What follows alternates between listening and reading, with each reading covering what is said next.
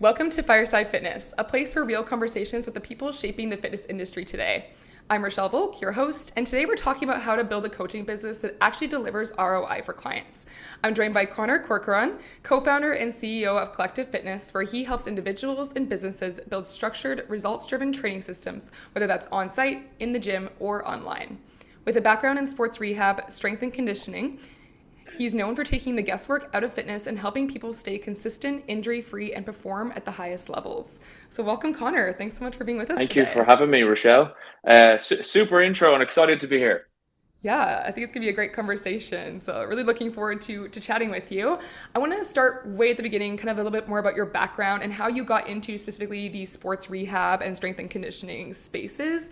What, I guess, led you into that area of fitness and then consequently into more of the corporate wellness side after that? But I think I'll try and condense it because obviously it's kind of a long-winded story. Yeah. I've always had an interest in sport. Me growing up, I played rugby. Being from Ireland in particular, we do things like hurling, Gaelic football, soccer. So I tried everything, and I was always interested in, I suppose, moving my body in some way, shape, or form. So it was always in my mind to go down some sort of sporting route, but I didn't know what that looked like for me growing up because I think there's quite a lot of pressure on young people nowadays to be like, oh, you need to know exactly what you want to do when you're like 17 years of age. I'm still figuring it out. Yeah. Oh, yeah. And I'm 32. Like, do you know what I mean? So anyway, it was to do with that, and what I did, and it's kind of what I applied on everything. I just tried everything. So I got into strength and conditioning, and I kind of looked at that and I thought, okay, is this something that I want to do? And then I thought maybe I might be more interested in helping people with injuries. I did a bit of performance analysis where I kind of said, okay, look, let's take the tech kind of side of it in the back step and look at, okay, how these people actually perform and getting the data. And ultimately, by doing all of these and throwing myself at different experiences, it came back to ultimately me kind of trying to find a hybrid of everything where I could, I guess, train people, but train people specifically with injuries, because I think there's another kind of journey that people have where, let's say they get injured and they do their physio exercises, and then it's like, okay, just go back into the gym or you're free to go. But there's kind of that unknown at the end of it. And I just wanted to fill that gap where I could say to people, look, I can fix you, but then I can train you off the back end that we can kind of try and prevent these things from happening. And that's kind of where it started for me. I think that's a huge piece of it that you touched on there is the prevention, right? You can help rehab and you can help fix it more, in the physio side and the more of the therapy side. But I think it's really important to give people the tools to be able to strengthen their bodies and make them more resilient over time, which I think you've done a great job of. So talk to me, why Collective Fitness? Where did that name, where did that idea kind of come from? Was it always Collective Fitness when you started? A long story. It was actually a business called the Fitness Collective. Oh, So there's myself and my two business partners, James and Jack. So Jack's my brother-in-law, and James is an ex-rugby coach of mine. But the three of us went to the same school here in Ireland called St. Mary's. So that's how we kind of got to know each other and stuff like that. Um, I was originally involved in the Fitness Collective from a kind of a rehab side of things. We were doing like training PDFs and kind of educational pieces that I was given to some of the clients that were part of that. But then COVID hit, and subsequently that business finished. I actually had a treatment clinic myself outside of that because I lived in London, moved back and set that up. But again, COVID, it wasn't busy, so I said, look, I better close this down and see what we can do. So I kind of shifted into the online space that way. Um, but the two lads, obviously being ex-professional rugby players, being involved in that environment, me working in it from a non-playing perspective, we kind of said to ourselves, look, why don't the three of us have a stab at this going forward? So obviously the connection with James was there. So I said to him, look, let's do it. Let's bring Jack in, but let's really try and kind of professionalize this a little bit more, because again, I guess it's probably different in different parts of the world and stuff like that. But I'm very conscious that the fitness industry, the regulation levels vary based on where you are. And that's kind of a pet peeve of mine a little bit. So I found there was a bit of a disconnect between, I suppose, the levels of trainers. Then you'd have some person who's a trainer with no knowledge of nutrition. Then you'd have a nutritionist who has no knowledge of training. And I know if I was a client going to these people, I'd kind of think, oh God, so I need to work with this person and then work with that person and work with that. Can you not all just do it under the one roof? Um, And that's kind of where it came about. So I said, look, let's keep this really simple, flip the name around, call it Collective Fitness, which would be easier. But our problem that we solved is that we're trying to, I suppose, merge everything under the one roof and get rid of the disconnect, so that if people do work with us, whether it's an individual or if it's a company that we're working with, we can cater for everything all under the one roof. So we can actually map out that journey for people, where we can say, look, here's point A where you start with us. Here's point B, but what that looks like, is different for everyone. But it's having the ability to be able to do that, which I think makes a big difference. So that's kind of what we're about. Yeah, it sounds like it was a very natural evolution. I love that you guys had that personal relationship as well, because I think that definitely makes it a little bit easier when you have that support of people that are already in your family or your brother-in-law to help you build something like this. No, they do nothing. It's all me. Oh, it's all you. No, in fairness, I got to give them credit. They do help where they can. Yeah. And then I want to talk a little bit more about having that choice to deliberately focus on working with businesses, because I think that's an area that a lot of people in fitness are really interested in right now. We keep hearing about corporate wellness being so important and growing, and there being a lot of opportunity in that area. Did you know from the beginning that working with businesses and companies was something that you wanted to have in your business model, or how did that kind of happen? Did you start with individuals and then worked your way into Hadn't a clue.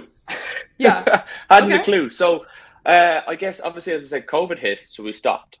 The original idea was that we were going to open our own facility. So it was kind of going to be a hybrid between, say, a medical clinic and a gym.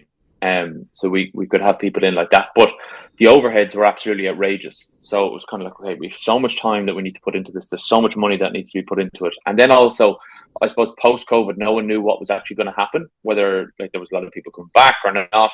So it was like, right, that's not going to work. So what we did instead was we leased a pickup truck. Okay, and I love it. I put a treatment table into the back of it, adjustable dumbbells, a kettlebell, and some bands. And I went to people's houses.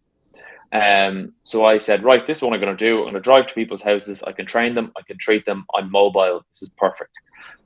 So I did that for about a year and a half, full time. There's some clients that I saw originally back then that I still have to this day, just a little bit more condensed as the business grew. But there was a client of ours, Kevin, and he's the CEO of a tech company here in Ireland called Nostra. And he gave us the opportunity to start off with, where he was saying, look, I've got my business, 300 or 400 staff in here. We're moving into a new office. We want to put a gym in the office. Would you design it for us? And I said, look, I've never done anything like this before, but I'll give it a crack and see what we can do. So we designed it. We did the 3D mock-ups, put it in, and then actually thought, oh, there's actually a bit of a business in here where we can put something in that people actually use. Because again, a pet peeve is you go into a company that's a gym and there's just 6 treadmills in the corner. That's not going to do anything for anyone. Yeah, I've seen those. Do you know what I mean? So we did a big survey beforehand of all the staff. We just said, look, what do you guys actually want here? Do you know what I mean? In the sense that everyone wants to do a bit of strength training. We want to have some classes. We want some cardio equipment. And we designed it based on what they wanted. And ultimately then, off the back of it, we got a contract to run some of the classes. I ran an injury clinic. We obviously have Trainerize as our platform. So we uploaded people onto that to be able to give them some programming. And we kind of just proved the concept with them a little bit, where we kind of said, look, we're not going to put any kind of targets on this, whether we grow at X% every year or anything. Let's just see how it goes. Then one year led to another year, and then all of a sudden we do a good job with them, and another business comes on board and says, oh, actually, can you do something similar for me? And it just scales from there. So I wouldn't say it was a fluke, but it definitely wasn't on the cards. But now looking back at it, I definitely wouldn't go back. This is the avenue for us. Yeah. And when you're setting up a program just from scratch like that, it's the first time maybe a company has seen someone come in and deliver a program. How did you find that uptake was initially? Were people right away excited about it? Was engagement high? Or did it take a little bit of education, a little bit of time for people to adopt that programming?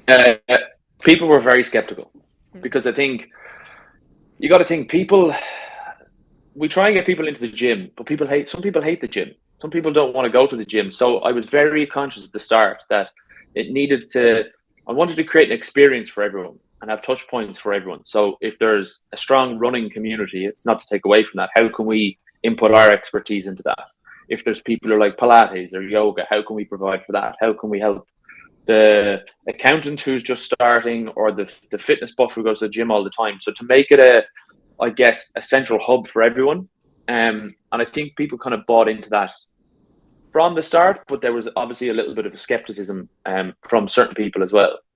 But I guess the beauty is then obviously winning these people over, talking to them and figuring out, okay, how can I get you in here once? Or how can I help you in another way outside of here? Which we've done pretty successfully to date, which has been great. But there's always more to do. Yeah, it's small steps, right? Building that consistency, building the habit, and then after time, it just becomes part of their daily routine, I imagine. And I think it is nice having the gym right there. You say it's in their facilities sometimes as well, right? In So there, it's yeah, right on site. 100%. So you go into the office, past reception, through the front door, right next to the canteen. The space is there, which is great. So it can't be missed. So all the people who are trying to avoid me on a weekly basis see me on the way back out. Yeah, there's no getting away from it when it's right in front of you. And you're so friendly Not at as well, all. so I'm sure they don't want to let you down. They don't want to, make you mad. I've learned that guilt gets you a long way.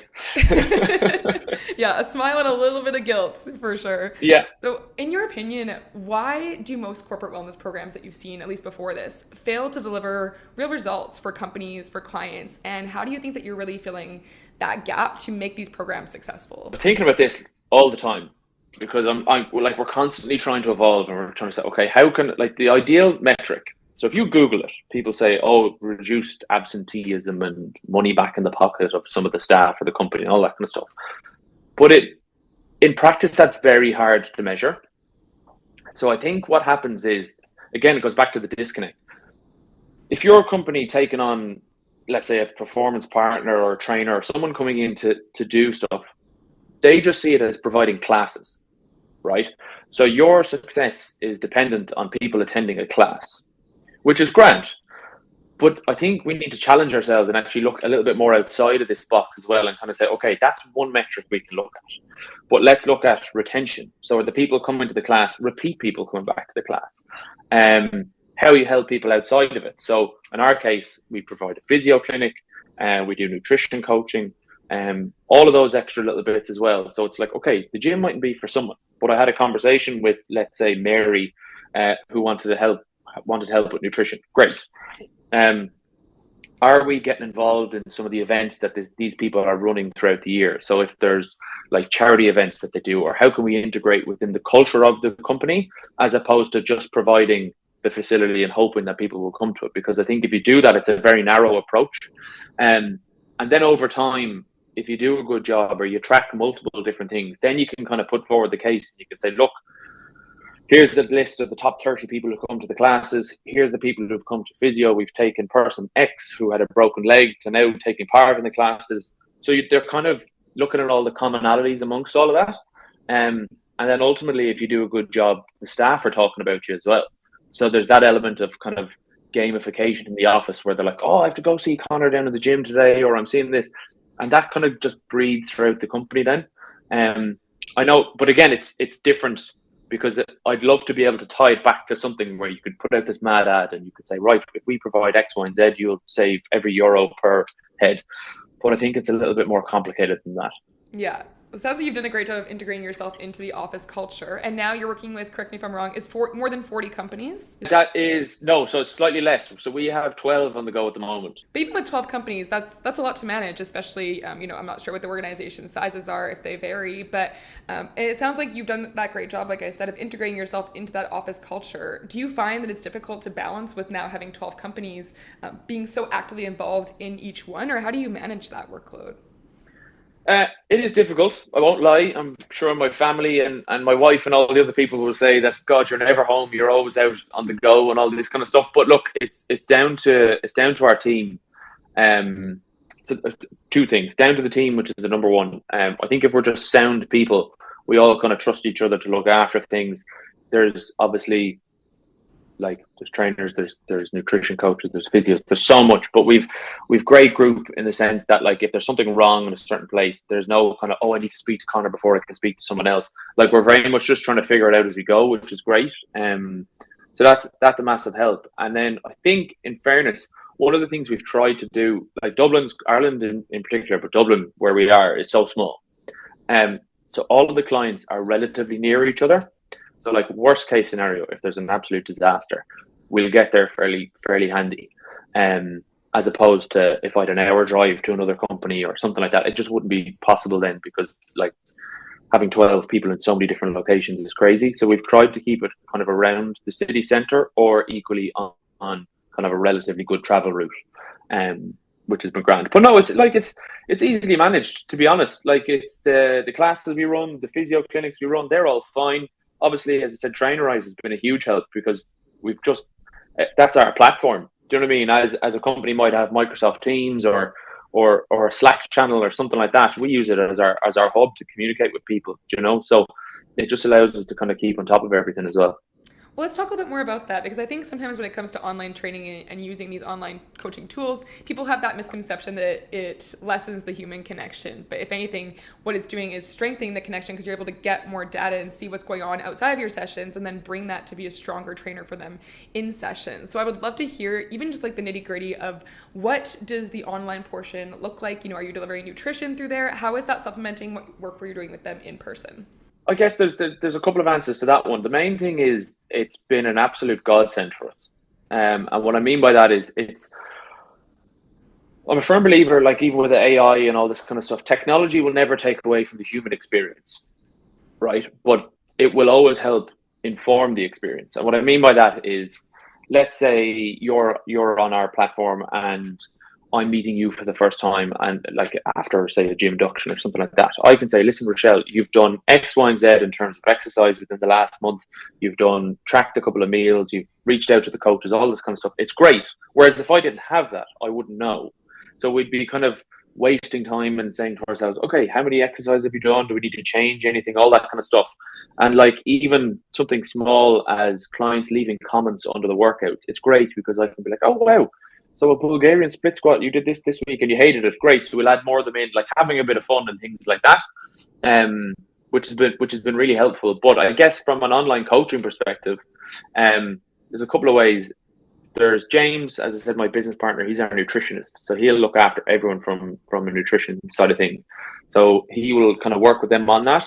We use some of the features. People track their meals. We give them meal plans, all that kind of stuff. But again, the most popular one that we have is people literally just communicating with James. So if you're having a meal, take a quick photograph, send it to him, and you're getting that kind of human contact and experience. Okay, there's some messages that you might automate to the masses, because again, if there's 1,000 people on, it's very hard to do that individually. But when it comes to things like that, he's very helpful from that side of things. For me, from the coaching side of things, I use it obviously just to track people's workouts, to communicate with them on it. I've started using, let's say, the consultation features, like the video calls and all that kind of stuff, a little bit more as well, which is great. But again, you got to think, a lot of these people I see in person in the office and stuff like that. So it's kind of a quick message to say, listen, do you want to grab a coffee later on or something like that? And then we do, and then we catch up and so on, which is it's been really helpful.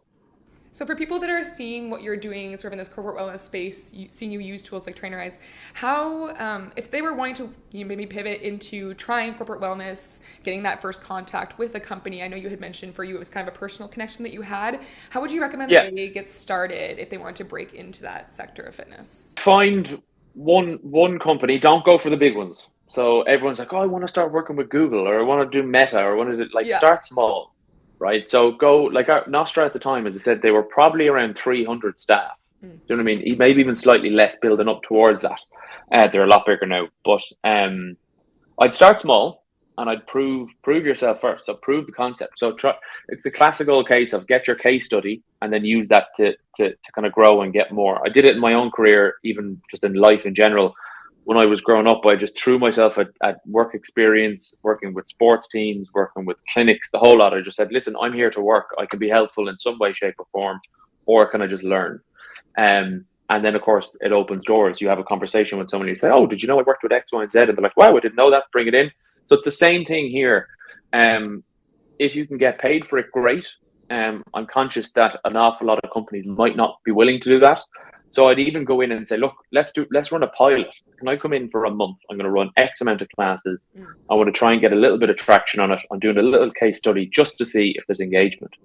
And then at the end of it, you could say, okay, that worked. It didn't work. What can I do better? Or equally get an interview from like the CEO or someone like that to say, listen, Conor was in for the first month. He was great. He did this, this, and this. If you're interested in potentially doing something this with your company, give them a shout. And the kind of network builds that way then. Do you know what I mean? So I guess to summarize, it would definitely be kind of prove your concept, start small, and then start to build it up then as you go from there.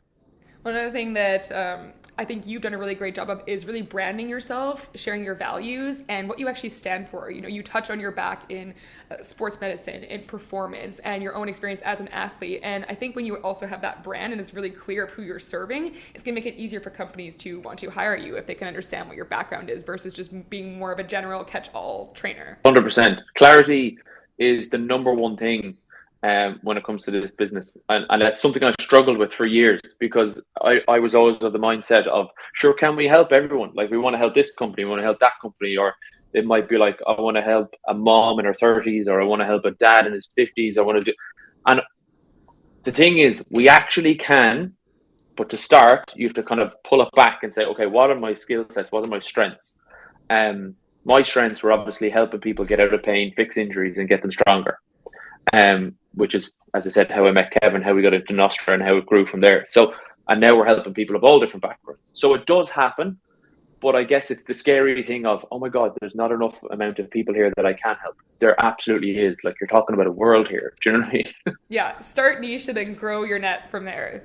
Not niche. And again, like, even from our side of things, it's my, I always mention these pet peeves, but even you see people on social media now, everyone's half naked doing workouts and it looks really intense, which is fine. And there's a place for that, right? But for me and for us and for our team, it's, can we just be sound, be nice to people, have a bit of fun, build a bit of an experience, and make people feel good about doing what they're doing. Like, I understand it's our gig and we run the gyms and all that kind of stuff, but like, I hate going to the gym sometimes as well. Do you know what I mean? It's hard. Do you know what I mean? So it's kind of getting that human element across to people and say, look, I hear you.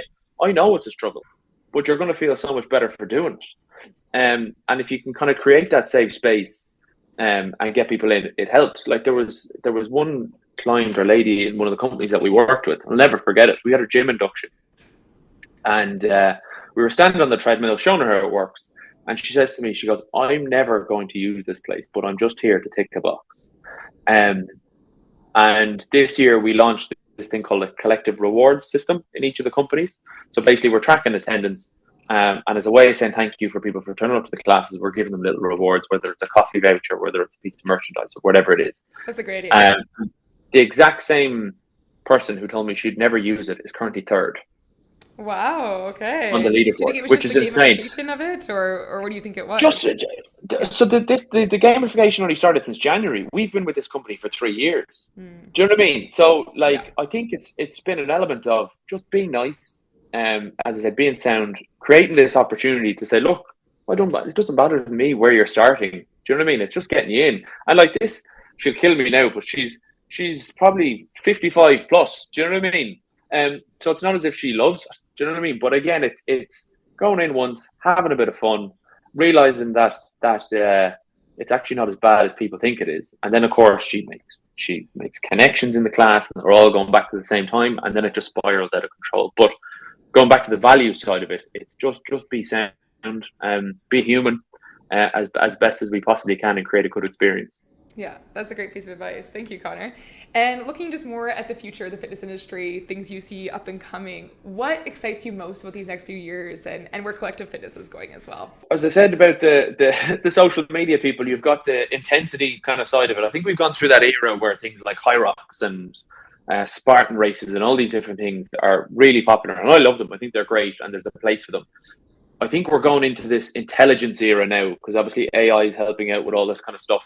People are kind of saying, okay, that's a bit generic. I want something that's more specific to me, more tailored to my goals, all this kind of stuff. It's like why people wear Whoop watches and all that kind of stuff. We're all looking for like that 1% difference that we can make. So I'm actually really excited about that because it's how do we pivot as a company, but also with the clients that we have, whether it's online coaching or the corporate wellness side of things, and how can we do things smarter? How can we be more effective? But also how can we tailor the experience? How can we tailor the experience to each one? Like one of the things that we're launching this year is we're going to do internal well-being surveys. So what I mean by that is we are giving everyone a free 15-minute assessment mobility-wise, where we'll get them up on the treatment table, we'll check their hips, their back, their spine, their neck, how they move, give them a metric for each one, and then we'll give them individualized stretching plans and rehab plans that they can do. Like I'm thinking really simple, like 10 minutes a day, 3 or 4 exercises, get them to do it for, let's say, 2 months, 3 months, retest them and measure the difference. But then look at things like well-being scores that we can take at different intervals as well, and basically just compile one big document at the end of the year and say, look, we had 300 people went through it, we helped X, Y, and Z. The company at the start, we found that there was a limitation in hip mobility amongst men or females or whatever it is. So that we can take those insights and then the company can apply it whatever way they want. So like I was even pitching the idea the other day and I thought to myself, geez, wouldn't it be great if we could get the metric, give it to them, do the intervention, they all get a result, which is great. But then the company takes it and they say, okay, isn't it any wonder people have back pain if their hips are restricted and their backs don't move as properly? So how can we as an office, whether we put more standing desks in, whether we promote movement a little bit more, whether we do X, Y, and Z, have another impact on the lives of the staff as well. So all of a sudden it becomes a culture in the office as opposed to we're just providing X amount of classes a week. Yeah, I think that environmental design piece and even like the interior design of the office is going to be a huge part. And I love to see how you actually translate your fitness data into making a case for bringing more of these elements into the workplace. I think that's fantastic. Yeah. And like it's even small things. Like I counted it out the other day, one office we're in particular has 6 flights of stairs. So what I did was I looked at the stairs and said, okay, how many steps are on each kind of flight? And then bring that back and come back to a metric where it's like, okay, we can put up on a screen in the canteen, for example, they've got these totem screens. We could put up on the screen and say, okay, if you walked the stairs up and down, instead of taking the lift twice a day for the whole year, you'll walk the equivalent of Dublin to Galway, which is the other side of Ireland, or something like that. Yeah. So it kind of, it makes people think, oh, wow, okay, so if I just do that twice a day, that's how far. They're like, oh, I didn't realize that. Do you know what I mean? So you're having an effect on people, whether it's behavior or environmental, whatever it is. Yeah. But you're kind of gamifying it as well, which is cool. Yeah, well, I think that a lot of people that are listening to this can learn a lot from you, whether they want to get into corporate wellness or whether they just want to bring some of these elements and how you're using data, how you're really personalizing the plans and bring it into their own work. So this is your time here, Conor. Just as we wrap up, I would love for you to just plug everything you have going on. Where can people follow you? Where can people follow Collective Fitness and keep up with what you're doing in the corporate wellness and beyond space? Yeah, 100%. So it's obviously at Collective Fitness. There's a little underscore after it. You'll see the logo, which is this. I'm obviously Conor Corcoran. You'll see me if it's on Collective Fitness. They're all kind of tagged and all that kind of stuff, which would be great. I'm probably more heavy on LinkedIn as opposed to anything else. So I'm always happy to chat to people, as I said, on calls and things like this. So if there is people that neck of the woods who want to have a little bit more information from me or from the team or anything like that, we'd be more than happy to help. And then I'd also finish with saying, like, I'm not the finished product either. Do you know what I mean? So like, I don't have all of the answers. And I know there's obviously people who are going to watch this as I did when I was starting off on my journey. And I looked at that and I thought, oh God, these people look like they have it all under control. We absolutely don't. We're figuring it out as we go. Do you know what I mean? And that's the beauty of the industry that we're in. You try things. Yes, there's a couple of failures, which is absolutely fine. But ultimately, once they're going in the right direction, that's all that matters. So I just say to people, look, just start and keep at it and then learn as you go, as opposed to you're never going to have the perfect launch pad, you know? So yeah, it's exciting. It's the same ethos as fitness, right? It starts with one workout. You may not see the end picture right now, but those little consistent actions keep showing up. And I think the picture becomes clearer over time. Awesome. Well, thank you so much, Conor. Yeah, so make sure you all go follow Conor across all social medias, LinkedIn, Instagram, follow Collective Fitness. And yeah, as always, thank you so much for tuning into the show. Let us know who else you would like to see on the show as guests, and make sure you follow, like, and subscribe so you don't miss any episodes. Thank you so much.